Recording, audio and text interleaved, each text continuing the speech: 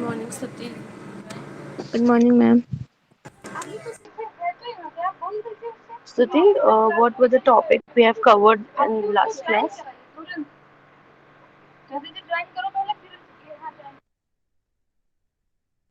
Ma'am last class join नहीं की थी आपकी।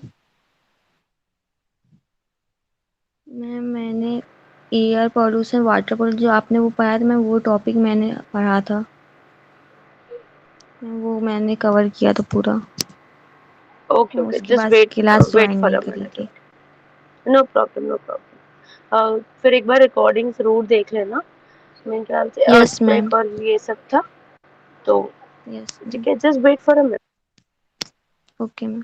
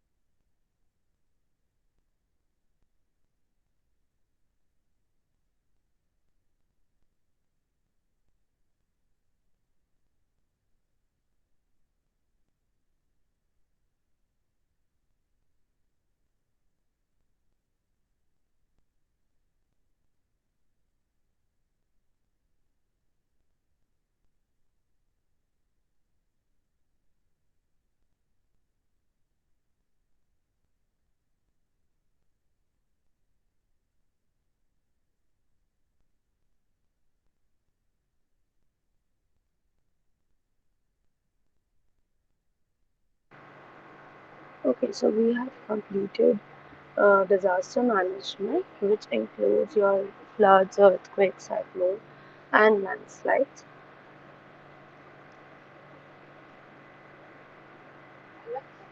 And we'll start with social issues and human population and the environment. This would be your last topic. So,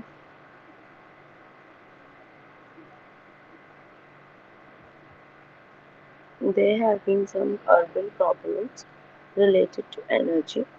So, the urban centers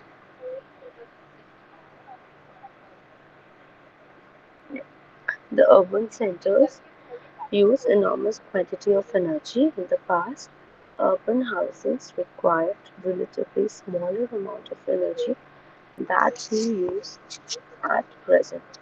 Traditional housing in India require very little temperature adjustment as the material used such as wood and bricks handles temperature change better than the current concrete, glass and steel of ultra-modern buildings. Materials like iron, glass, aluminum, steel, cement, marble and burnt bricks which are used in urban housing are very energy intensive. The process of extraction, refinement, fabrication and delivery are all energy consuming and added to pollution of earth, air and water. This energy consumed in the process is called embodied energy. Urban centers in hot climates need energy for cooling. The early system of fans changed into air conditioning, which consume enormous quantity of energy. New buildings in our country has taken to using large areas covered by glass, while in cold climate this uses the greenhouse effect to trap the warmth of the sun inside.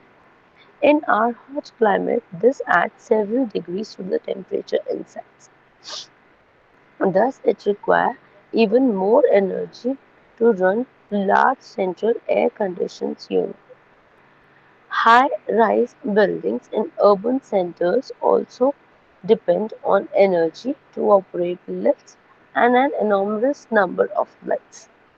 Urban transport depends on energy mainly from fossil fuels. Most urban people use their own individual transport rather than public transport system for a variety of reasons. Urban transport, urban transport in different cities and even different part of the city are either inefficient or overcrowded. Thus, even middle incomes, uh, even middle income groups tend to use their own private vehicle. This means more and more vehicle on the road, which leads to traffic congestions, waste of time for all commuters, and a great load of particulate matter that and carbon monoxide from the exhaust of the vehicles. This causes a rise in the number of people having serious respiratory diseases. Thus, there is a need to develop a more efficient public, public transport system and discourage the use of individual vehicles in all urban areas. Each of us has an environmentally conscious individual must reduce our use of energy and unnecessary light left on carelessly adds to the energy use. Imagine the amount of energy wasted by thousands of careless people. If we learn to save electricity, we would we would begin to have a more sustainable lifestyle. Urban residential and commercial facilities are responsible for approximately 35% of USA's greenhouse gas emissions. Building needs to make energy efficient and reduce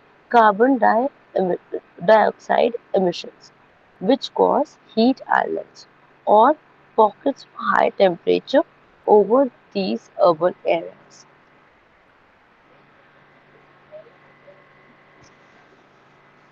So let's talk about water conservation. Conserving water has become prime environmental concern. Clean water is becoming increasingly scarce globally. With deforestation, surface runoff increase and the subsoil water table drop as water has no time to seep slowly into the ground once vegetation is clear. As many areas depend on wells, it has become necessary to go on making deeper and deeper wells. This adds to the cost and further depletes underground stores of water. This could take years to recharge even if the present rate of extraction is reduced and seems hardly possible to most situations. As deforestation and desertification spreads due to extensive change in land use and once perennial rivers are becoming increasingly seasonal. In many areas, the small streams run dry soon after the monsoon as the water table drops further and further below the surface. To this is added serious problem caused by rapid surface flow of water during the rain, which leads to extensive floods with loss of life and property. When we waste water, we do not realize that it is affecting the lives of all of us in so many different ways. Water has to be fairly distributed so that the household uses, agriculture and industry, all the sh- all share the water. Its overuse and misuse due to various activities that waste water or cause pollution has led to serious shortage of potable drinking water. Thus,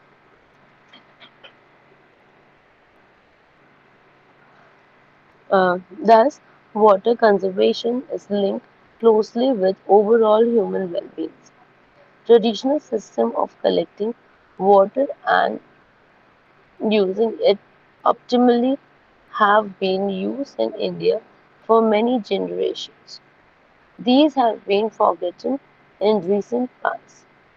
Conserving water in multiple small percolation tanks or gills was important in the traditional form of agriculture. Villages all over the country have one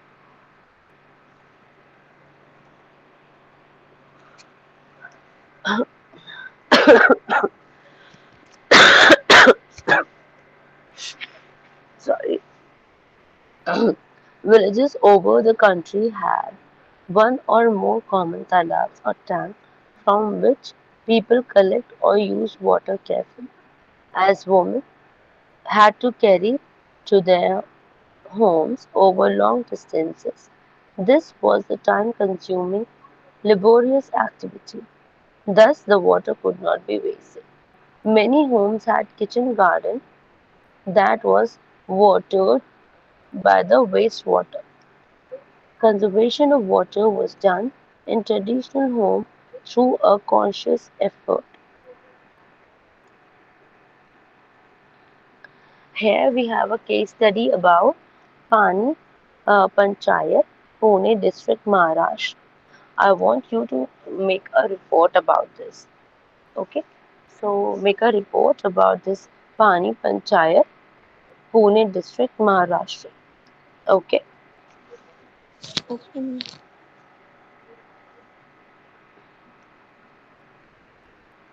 then during the British period, many dams were built across the country to supply water, especially to growing urban areas.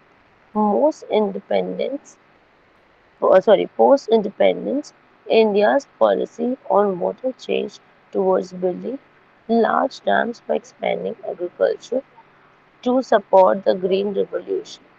While this reduced the need to import food material to remove starvation in the country began to see the effect so serious water shortage and problem related to its distribution. The newer form The newer forms of irrigated agriculture, such as sugarcane and other water-hungry cash crops, required enormous quantity of water. Finally, however, such irrigated areas become waterlogged and unproductive as excess water evaporates rapidly from the surface of heavily irrigated cropland. It pulls up subsoil water along with salt to the surface of the soil. This leads to salinization, of which the land becomes unproductive. Reducing the high salinity level in the soil is extremely expensive and frequently possible.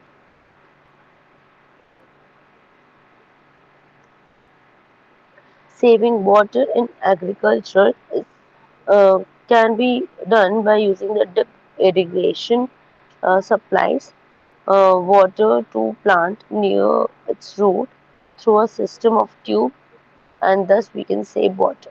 Small percolation tank and rainwater harvesting can be provided um, can provide water for agriculture and domestic use. Rainwater collect from rooftop can be stored or used effectively recharge subsoil aquifers. Rainwater harvesting.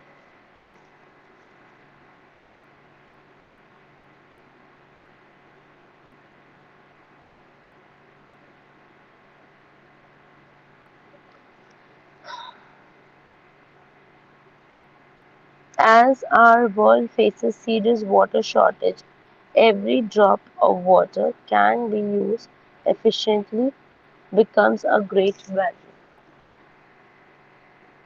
One method is to manage rainwater in such a way that it can be used as a source. If as if as much water as possible is collected and stored, This can be used after the rainy season is over. In many parts of the world, especially in very dry areas, this has been traditionally practiced. So now there's a case study about Mewar, Rajasthan, where they have practiced traditional water harvesting system. So I want you to create a case study for this as well.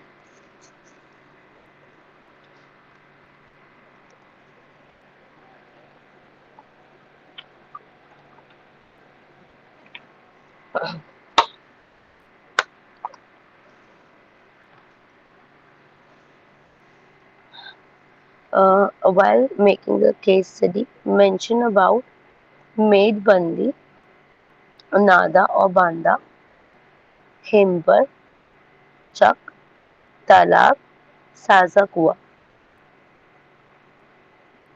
So these are the six things you have to cover up while making the case study for Mewar, Rajasthan.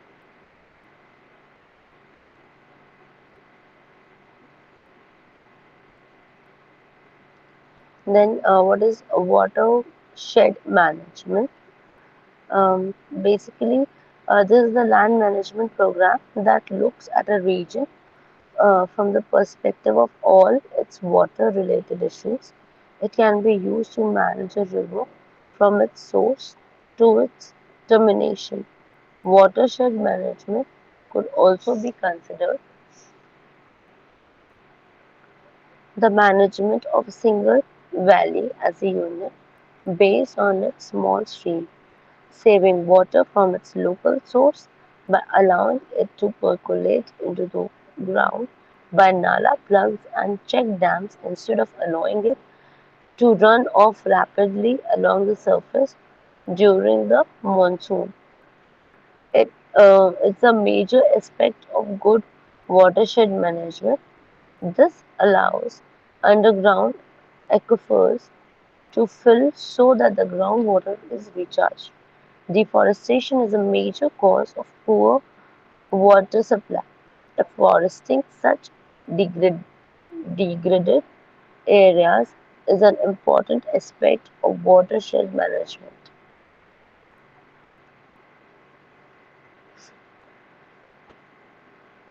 Then there is a case study about the Tehri project, the Tehri Dam in the outer Himalayas in Uttar Pradesh. I want you to make a report on this one as well.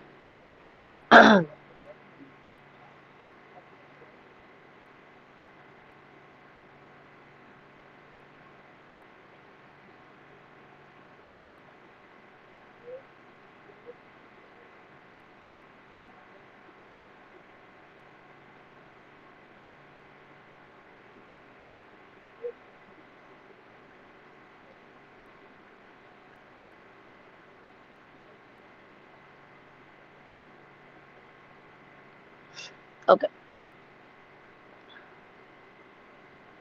so environmental ethics deal with issues that are related to how we utilize and distribute resources. Okay, can individual germ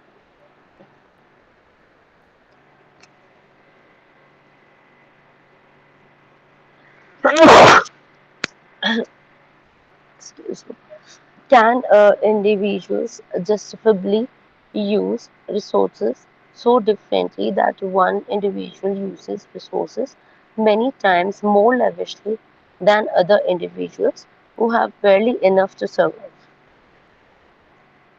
In a just world, there have to be more equitable sharing of resources than we counter at present.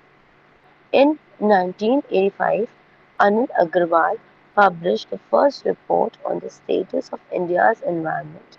It emphasized that India's environmental problems were caused by the excessive consumption pattern of rich and left the poor poorer.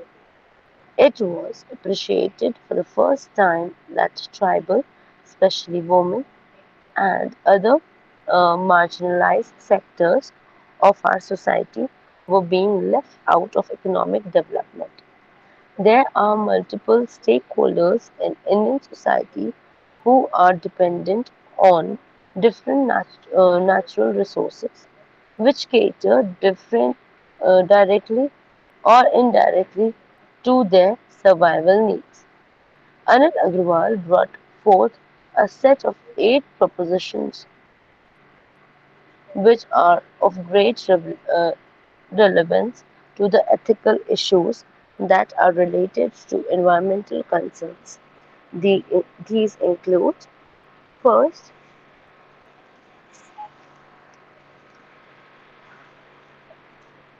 environmental destruction largely caused by consumption of the rich.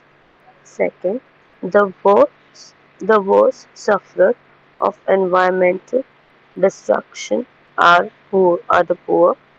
Third, even when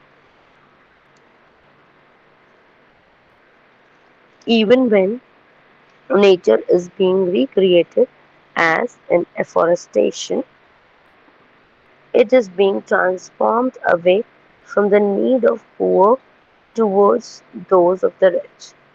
Even among the poor, the worst sufferers are marginalized cultures and occupations, and most of all, women. Fifth, there cannot be proper economic and social development without holistic understanding of society and nature.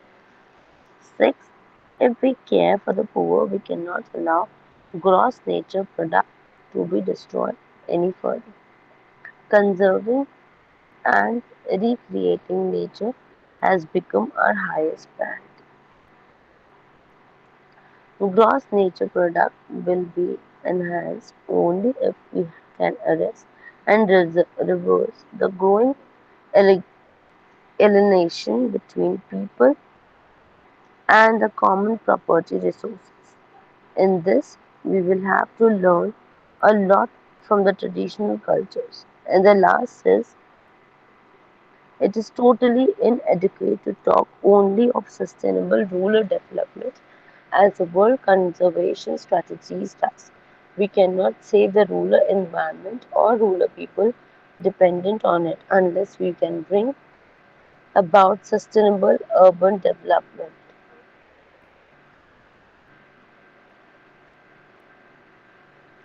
Uh,